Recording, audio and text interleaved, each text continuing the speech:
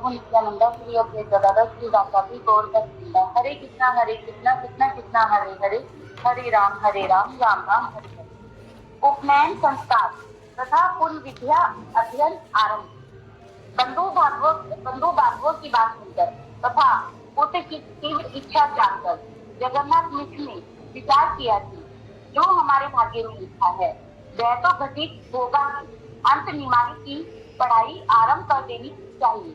ऐसा विचार कर उन्होंने पहले निमाई का उपनयन संस्कार करने की इच्छा की।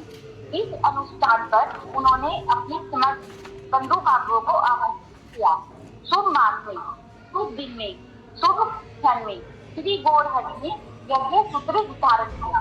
उस समय उनके शरीर में यज्ञ सूत्र यानी जनेऊ ऐसे सुशोभित हो रहा था मानो स्वयं शेषनाग भी सुषम रूप धारण करके उनके शरीर से लिपट गए थे। उस समय प्रभु की शोभा भगवान वामन के भांति हो गई। उनके शरीर से दिव्य तेज निकल रहा था। उनके इस स्वरूप को देखकर किसी की भी उनके प्रति मनुष्य बुद्धि नहीं रही।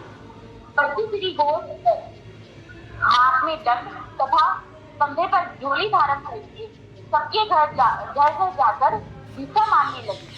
स्त्रियां निमाई को यीशु के वेश में देखकर आनंदित होकर स्नेह पूर्वक उन्हें बहुत सी भिक्षा प्रदान करने लगी। ऐसे महान सौभाग्य से भला देव देवियां भी क्यों वंचित रहती। ब्राह्मणी, पार्वती आदि देवताओं की पत्नियां तथा अनसुया आदि ऋषियों की पत्नियां भी साधारण ब्राह्मणों का वेश धारण करके अति प्रसन्न होकर प्रभु की झोली में भिक्षा प्रदान करने लगी। इस प्रकार उपनयन संस्कार के पश्चात जगन्नाथ प्रभु को संदीपनी मुनि के आश्रम गंगादास पंडित के पास ले गए तथा उनसे अपने पति को शिक्षा प्रदान करने के लिए प्रार्थना की। गंगादास पंडित ने मिश्र की प्रार्थना को आनंद पूर्वक स्वीकार कर लिया। छोटी छोटी है दो मिश्र का स्वपन तथा परलोक गमन। आप सही आ रही है? ठीक है। अब प्रभु का अध्ययन प्रारंभ हो गया। गंगादास पंडित एक बार जो कुछ भी पढ़ा देते वह सब प्रभु को स्मरण हो जाता। यहाँ तक कि गंगादास जो व्याख्या करते प्रभु उसका खंडन कर देते तथा फिर उसी को स्थापित भी कर देते। यह देखकर गंगादास अत्यंत विस्मित हो जाया करते। प्रभु की तीव्र बुद्धि और प्रतिभा देखकर उन्होंने प्रभु को सर्वश्रेष्ठ छात्र की उपाधि प्रदान कर दी। प्रभु अपने से ऊंची कक्षाओं में पढ़ने वाले छात्रों को भी बातों ही बातों में पराजित कर दिया करते थे। जगन्नाथ मिश्र का स्वपन तथा परलोक गमन। एक दिन जगन्नाथ मिश्र ने एक स्वपन देखा। स्वपन देखकर वे शोक सागर में डूब गए।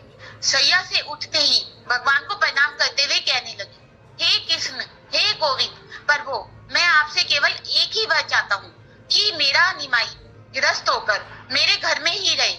यह सुनकर सच्ची माता ने चिंतित होकर पूछा, क्या बात है, आज आप सैया से उठते ही अचानक ऐसा वर क्यों मांग रहे हैं? मिश्र कहने लगे, आज मैंने स्वप्न देखा।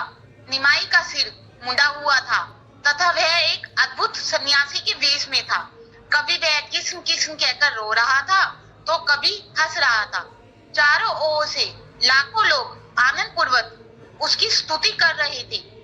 फिर कुछ क्षण के बाद ही मैंने देखा कि हमारा निमाई लाखों लोगों के साथ नगर नगर में कीर्तन करते हुए नाच रहा था।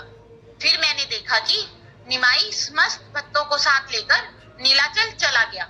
यह स्वप्न देखकर मुझे चिंता हो रही है कि हम दोनों के जीवन का एकमात्र सहारा निमाई कहीं संसार से विरक्त होकर सन्यासी ना हो जाए। यह सुनकर सच्ची माता भी भयभीत हो गई, परंतु उन्होंने अपने भाव को छिपा लिया तथा बोली, स्वप्न भी कहीं सच होते हैं। आप चिंता न करिए, हमारा निमाई इतना निर्दयी नहीं है कि वो हम दोनों को असहाय छोड़कर चला जाएगा। ये सब बातें माँ कह तो रही थी, परंतु न जाने क्यों उनका मन भी यही कह रहा था कि निमाई सर्वदा के लिए घर में रहने वाला नहीं है। अब रात दिन जगन्नाथ मिश्र को यही चिंता सताए जा रही थी। इसी चिंता के कारण अंत एक दिन वे परलोक सिधार गए। अर्थात नित्य धाम में चले गए। पिता के देह त्याग करने पर प्रभु श्री गौर सुंदर उसी प्रकार विलाप करने लगे जैसे महाराज दशरथ के देह त्याग करने पर भगवान रामचंद्र ने विलाप किया था। सची माता का भी रो रो कर बुरा हाल था। प्रभु उन्हें सांत्वना देते हुए कहने लगी, माँ तुम लेश मात्र भी चिंता मत करो, जब मैं तुम्हारे पास हूँ तो तुम्हारे पास सब कुछ है। हे माता, ब्रह्मा शिव आदि के लिए भी जो दुर्लभ वस्तु है, मैं तुम्हें वह वस्तु लाकर प्रदान करूंगा। अपने निमाई का मुख देखकर सची माता अपना सब दुख भूल गई। जिन प्रभु का स्मरण करने मात्र से ही समस्त कामनाएं पूर्ण हो जाती हैं, ऐसे प्रभु जिनके पुत्र हैं, उनके हृदय में दुख भला कैसे रह सकता है। हरे कृष्णा। वांछा कल्पतरु कृपया सिंधु पतितनां पावनेभ्यो। जय श्री